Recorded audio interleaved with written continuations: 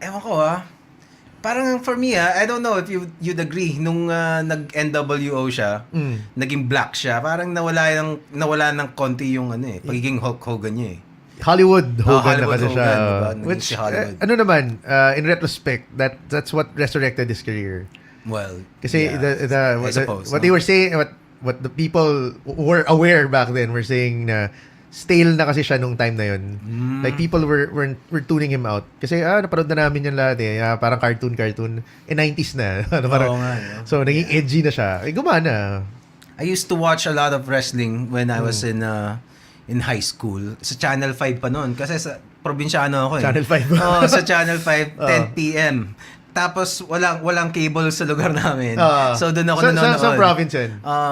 Laguna. Pero Laguna. it's one of the rural Laguna, mga municipalities sa Laguna. Rizal Laguna. Shout out to the Rizal Laguna. So pagka walang cable, yung katabing namin meron eh. so kami wala. Yung kabilang bayan sa city, sa San Pablo may cable na nun. Pero sa amin wala. So tiyaga ako doon. So when I moved sa Manila, hindi nyo na ginawa? Pamit ka ng cable? Talagang nasa ESPN yung nun eh. Yung Raw, tsaka Nitro, tsaka Raw. Diba? Nitro was Cartoon Network. Cartoon Network ba? Yung gabi, pag magsa-sign out na yung... Anong panahon ko Pero lumipat siya. At late 90s to mga late 90s or early 2000s. Maybe 2000s TNT was on Cartoon Network sa cable namin. So pag gabi na, sa sign out na, TNT na. So hindi ko... I suppose nung nag-merge yung WCW tsaka WWF, doon yung mga networks nawala sa ESPN. Doon ako na-stop. Yeah, it was always hard before the advent of torrent. It was very difficult to watch wrestling kasi biglang mawawala na lang yung TV deal nila sa Solar, sa Jack TV. Diba? Kaya at least, well, ngayon wala pa rin naman. Pero kasi may torrent na. Pero I think it's back on free TV eh. Yeah, TV5 I think airs SmackDown yata, pero not the entire thing. Parang ano lang, mga 1 hour's worth. So mga cut na yung mga... Pero the thing is, I don't know if you're familiar with the current product right now. Which one? Hindi. I mean, WWE as a whole. I only smilip lang ako ng konti dahil kay Ronda. Yeah, it's parang there's a question right now if we're having too much wrestling from WWE kasi Raw is 3 hours long. 3 hours long. Really? Wow. SmackDown is 2 hours long. And then there's 205 Live, that's the show for cruiserweights, 1 hour. And then there's NXT, which is really good. It's it's a developmental pero it has become a brand on its own. So NXT is still WWE. Okay. It's yung parang developmental nga. Okay. That's where the indie guys go to before they make the big stage. So that's like 7 hours of programming. Wow. Hindi pa kasama dyan yung kung may pay-per-view that week. So kung may pay-per-view that week, that's like over 12 hours of wrestling. Tapos yung Raw naman, I don't know, hindi naman siya sulit lagi na 3 hours. Kasi minsan, pilit na lang yung third hour. So, I don't know, like, minsan blessing na rin na doon dati, Raw was like 2 hours, SmackDown 1 hour. Actually, tapos sulit ka na nun, parang, okay ka na nun. Tapos, or 2 hours Raw, 2 hours Nitro, di ba? Or TNA 2 hours. Tapos meron lang silang parang news program na update. Just to update, parang Heat yata. Yeah. WWE meron pa rin naman. I think it's because then WWE has their own network now. So they want to fill it with as much content. So lagay lang ng lagay ng content. Grabe yun. Pero nung nawala yung WWF dati sa ESPN, sobrang nagunawang mundo ko nun eh. Shit. Kasi sobrang addict ko talaga. I would wait one whole week for the next episode. Tapos it's gonna show on 10 p.m. And that's the time na kakauwi ko lang galing sa school. So tapos I'm not gonna sleep, papanoorin ko ulit siya sa replay. Ganun. I remember now, sa amin nung high school ako, I think Star Sports had WWF. So, doon ko siya inabangan. Tapos, Chinese pa yung commentary. Oh, grabe. Talaga? Oo. Si Robin, basta mayroong balbasarado na Chinese na nakabandana. Tapos siya yung nagko-commentary pare. Parang Hulk Hogan na Chinese. Talaga? Oh, si Robin. Hindi ko na inabutan 'yon. That was a time na after kasi parang I discovered may MMA na kasi nung pumalit di ba? So, yun. Tapos nagkaroon ng internet. There was a time that I didn't watch TV. So, I don't really watch TV except for yung playoffs kanina, finals. Ganun, Pero medyo outdated na ang TVs. No nga eh. So, at saka iba na yung ngayon like this one, di ba? You can come up with your own content. If you want to. And I guess wala na rin patience eh. Gusto mo panoorin lahat. Mamarathon mo na, di ba? Ang hirap nga sa Netflix, di ba? It's a Netflix mentality eh. Shit, paano mo papanoorin lahat yun? Wala kang magagawa eh. Wala. Parang matter of time lang eventually. That's why I got into listening to podcasts. Kasi, I draw I draw all the time. So when I work, I draw. So I need to look at whatever I'm drawing. And you can't watch. I can't watch. That was feeling ko, shit, kung papakinggan ko lang, sayang yung mga ginawa nung nagpakahirap na, di ba? So as a slightly lang naman. Parang as an artist, parang sinasayang ko lang yung effort nila. So, tapos na nagsawa na ako sa playlist ko, na music. Tapos, na-discover ko yung podcast. Tapos may mga nag-uusap. Parang dalawa ngayon. So, doon ako nag-start. Yeah, daming wrestling podcasts right now. Si Stone Cold has his own podcast. Si Chris Jericho. Edge and Christian have their own podcast. Really? Jim Cornette has his own podcast. Talaga. So, doon siya doon siya nag-rant. Siya nagwawala. Pero it's fun kasi you hear different views. Like, yun, si Cornette, yung old school. What does he look like? Can you look up Jim Cornette, man? I forget what he looks like. Ano siya, nakasalamin na matanda, na medyo malaki, tapos yung coat niya usually makulay, pula. Jim Cornette. Okay. Jim Cornette. So, he used to manage the Midnight Express. Cornette. And I think he also managed Vader for a while. N-E-T-T-E. That guy. Yung mukhang baby na matanda. Oh, okay. Siya. Alam ko na. Yeah, he has interesting views. Click mo nga yung video, yung picture niya. Okay na yan. Okay. This thing is yung generation niya kasi, they grew up na ang wrestling was under the territory system. So, every promotion had that certain territory. Okay. So, hiwalay. So, iba yung way of handling wrestling nung ganun pa. Kasi halimbawa, I'm a wrestler, kunwari sabihin natin na sa Texas, ganyan. So, I'd get over here, ganito, I'd do, halimbawa, gimmick ko, halimbawa, midget wrestling champion, ganyan. Tapos, hanggang magsawa yung mga tao sa akin, or hanggang matapos na yung program ko dyan. And then, lilipat na ako sa kabila. Tapos you're gonna just redo the whole thing. Or at least, if ulitin ko siya, hindi siya halatang-halata na inulit ko. Kasi ibang, totally separate existence ako sa kabila So, ngayon kasi, what WWE did was isang product lang for lahat. So, nababurnout ka. Dito kasi, you keep things fresh. You move.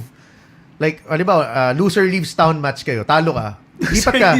Tapos after 6 months, balik ka ulit. Fresh ka na ulit. Eh dito kasi WWE, nobody leaves until they get fired or they quit. So parang yun yung argument niya na, hindi kasi, how can they miss you if you're never gone? Di ba? Kaya you have to commend Chris Jericho. That's what Chris Jericho has been doing. Kaya he's touring with his band. Yun ang ginagawa niya. He'd go on stretches of wrestling, like mga 3 years straight. Tapos papahinga siya for a year. Or if hindi papahinga, re-wrestling siya elsewhere, ganyan. Tapos babalik siya, or bago na naman siya. Nagpapamiss lang. Which is smart. Tapos, syempre, katawan mo rin naman yun eh. Papahinga mo. He's manyaman na siguro niya. I wouldn't be surprised. He seems to know how to market himself. I think I saw him in one episode nung sa Lifetime. Nagpagawa siya ng aquarium. Ganda ng bahay niya eh. He's actually on break ngayon. Wala siya sa WWE. He's a free agent and he's wrestling for New Japan. Ngayon. Well, mapa one-off lang siya. Ganoon. Mag-feud siya against the biggest stars lang. Pero yung sa Japan, wrestling is really maybe even bigger than WWE in Japan. In Japan, it seems like it. Like, kasi sa kanila medyo mas mainstream yata eh. Oo, di ba? Then here halata naman medyo sina-side show sa States eh, di ba? Pero, it's a different thing. Dun kasi parang somehow they still treat it somehow as if it's a real sport. Oo nga. May ganun pa rin eh. May ganung layer of respect pa rin eh. Or, what if they still think it's real? Well, tangina, no? Never sila namulat, no? Hindi naman. They know what's up. Pero, parang mas sinususpend lang nila yung disbelief nila. Hindi sila nambabasag, kumbaga. Iba rin yung kultura din dun, yung mga wrestlers dun eh, di ba? Iba rin sa Mexico. Yeah, Mexico's a different animal altogether, diba? Lucha. I'm not very familiar on their Lucha. Not so much. Though I watched Lucha Underground, which is also very good. I just know they put on masks. Yun ang pag may mask Yeah, Lucha Underground, you should check that out. Lucha Underground is a series about a series about a wrestling promotion. Kumbaga, wrestling promotion siya, pero ang presentation niya is episodic. It's not season 1, season 2, season 3 sila. Hindi sila sa WWE kasi real time eh, no. This Sunday may show tayo ganyan. Iba rin ganoon, 'di ba? Sila pinretape na nila lahat. So may story arc talaga sila heading into it. Is it a wrestling promotion or reality show? It's a series eh. Series? Kumbaga, it's a series na kunwari wrestling promotion. So so may script talaga may script, like they have it planned out for the entire season it seems. So, kumbaga, they have, like, sa WWE kasi sometimes you get derailed. Diba? May na-injure, may na-suspend, diba? Or may nag-quit. Sila, parang naka-layout na kasi, naka-tape na eh. Isang buong season sila mag-tape eh. So, tapos na agad. Kumbaga, may direction, alam na may direction ka talaga the whole season. Nakakailang episodes sila per season? Seasons. First season, I think, had like 25 episodes. Dami Pero may lang siya, like an hour long lang siya. So it's good. It's pretty good. It's a different... Maybe you guys can do that too. Hindi. We actually have live shows eh. Which, diba? Pinapalabas sila namin live. Sila TV show talaga sila. They tape it in front of a live audience though. So, what are the plans ng PWR to expand awareness and right now, hindi naman right now, like as of late last year, middle of last year, we've managed to get sponsors. So we've had Yellow Cab. Hi, Yellow. Calbee, Jack and Jill Calbee. We even named the move after Calbee. We have a move called, kasi may move si Kenny Omega. It's a knee to the face. It's called the V trigger. So kami ng tag team partner, gumawa kami ng Calbee trigger. Calbee. Hindi naman lahat sumisip sa sponsor. Yung Calbee ba? Calbee is the chichirya, yeah, diba? Man, I remember this ewan ko napanood mo yung commercial na yun, yung aso na Calbee commercials. Super weird. I don't think... Consomme punchy. I don't think I have. Anyway. And then we also had Potato Corner. Oh. Yeah, Potato Corner. So, and then lately, I think we had Skull Candy. Yeah, Skull Candy. Oh, so, that's nice, that's yun yung pinakabago na, like, we're able to somehow, hopefully, consistently magkaroon kami ng sponsors. Are you shooting to be seen on TV? I think at the end of the day, that's the end goal. Syempre, ngayon naman, like, I don't know if I told you, we had a documentary like a few weeks back. Well, most focus naman siya on Philippine wrestling as a whole, pero mas lang siya, mas heavy on PWR. Like, I was featured, man. Wow. I was featured. Anyway, so we've been getting that. That was like saan pinalabas pala? GMA News TV real time. Okay. And prior to that, I think there were like 2 or 3 other documentaries din naman focusing on PWR that aired like a year or 2 years back. So, yun naman, magkakaroon naman ng mainstream exposure. Pero yeah, I'm sure we're all looking out for a regular TV deal if that's possible. Is that mas okay ba yun? Or mag-online na lang? Hindi. I think it really depends. Kasi ang premium pa rin namin right now is consistently having live shows and having a live crowd. Yeah. So if you do it online kasi, who's gonna... Of course, you need a crowd. You need to play off the crowd. So, How about, di ba, parang merong parang Pinoy na Netflix. I don't know. I don't remember. Parang there's a new platform na parang Twitch. Netflix. I think that's Twitch. Is that Twitch? Twitch ba? No. Ano? Twitch is is a live streaming. So, ano to? iFlix? I forget. Or maybe I'm just dreaming. Hindi ko alam. What does it do? Basta para siyang para siyang, yun nga, parang Netflix. If I'm not mistaken. Does you upload everything? Or maybe I'm just talking shit. Could be. Could be. Baka, Pero yeah, definitely if TV deal is out there. Well, yeah. Hopefully we get it. Kahit ano siya, yung pang weekend, mga Sunday shows. Yeah, well, we hope. Papalitan niyo yung probinsyano, di ba? Wag. Sali na lang sa probinsyano. Ako na lang yung bagong ampon ni Cardo Dalisay. Di ba? Well, the good thing naman is it's still growing. You have to keep in mind, PWR has been around for magpa 5 years pa lang eh. Oo nga, no? 5 years pa lang. So, the strides, the leaps and the strides that it has made. I came in... Well, it's impressive. I'm impressed pag kasi the fact that you're still there exactly. is a testament. Testament na yun, enough. Kasi parang who would have think na that's a viable business. And aside from that, meron na ring ibang gumawa, di ba? Yeah, there are other promotions. Diba? Hi, MWF. MWF. Our friends from Manila Wrestling Federation. Yeah, so that means, di ba? Yeah, and I came in last year, so that was, I think, right around the 4th year of existence. Or is it plot twist? Isa lang pala ang ano? Isa lang may-ari. Isa lang may-ari. May isang politiko pala dyan na may-ari, no? Sana lang, no? Okay. Pero yeah, when I first watched nung MCS, hindi ko rin naman in-expect na, like after, that was, I think, year 2 or year 3 nila eh. Like, 2 or 3 years after, buhay pa, tapos nandito pa ako. Tapos, before kasi the shows were, I think they only had a show every 3 or 4 months. Basta parang ganun. Malaki yung agwat eh. Mm-hmm. Tapos ngayon, we have shows every month. So, ang laking laktaw na nun. Ang laki ng growth nun from every 3 or 4 months. So, wow. Baby steps. So, how many... na-observe mo, gaano kadami yung dumalaki ba yung crowd every show? Ay, lumalaki naman siya. And, syempre, mas malaki pa siya if it's for the big 4 shows. So, big 4 shows. Like WWE. WWE has WrestleMania, Rumble, Survivor Series, SummerSlam. So, we also have, approximately something similar. Like 4 big shows, Revolution X. We have Path of Gold. We have Vendetta and Renaissance.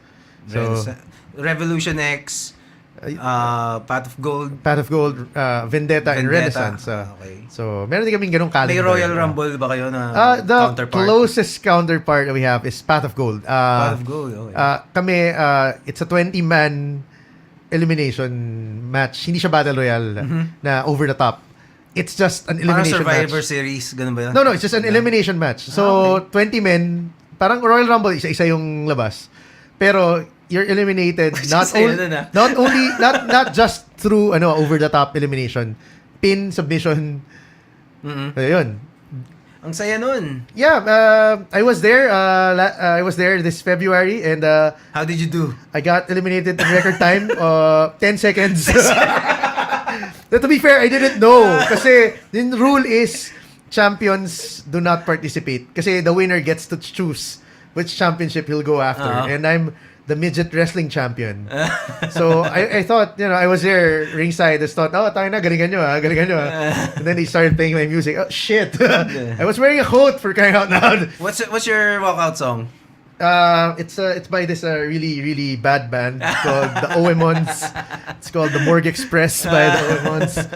Yeah, I don't know those guys, but they gave me their music. And then it's my own songs. So yun, I got eliminated in 10 seconds. So I am the record holder for the fastest elimination.